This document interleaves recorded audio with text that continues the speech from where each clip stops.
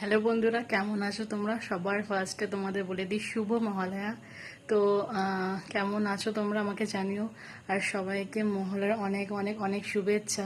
ভিডিওটা দিতে আমার অনেকটা দেরি হয়ে গেছে, তোমরা কিছু মনে করো না। আসলে আমি অনেকটাই ব্যস্ত, তো এই জন্য আমি ভিডিওটা দিতে পারিনি। ভিডিওটা আমার কালকে দেওয়া উচিত ছিল। তো আমি কালকে লাইভে বলেছিলাম অ্যাডভান্স মহালয়ায় সবাইকে বলেছিলাম কেমন আছো তোমরা, তোমাদের কি খবর আমাকে জানিও। মহালয়াতে তোমরা কি কি করলে, কারা কারা পিকনিক করলে সেটা আমাকে জানিও।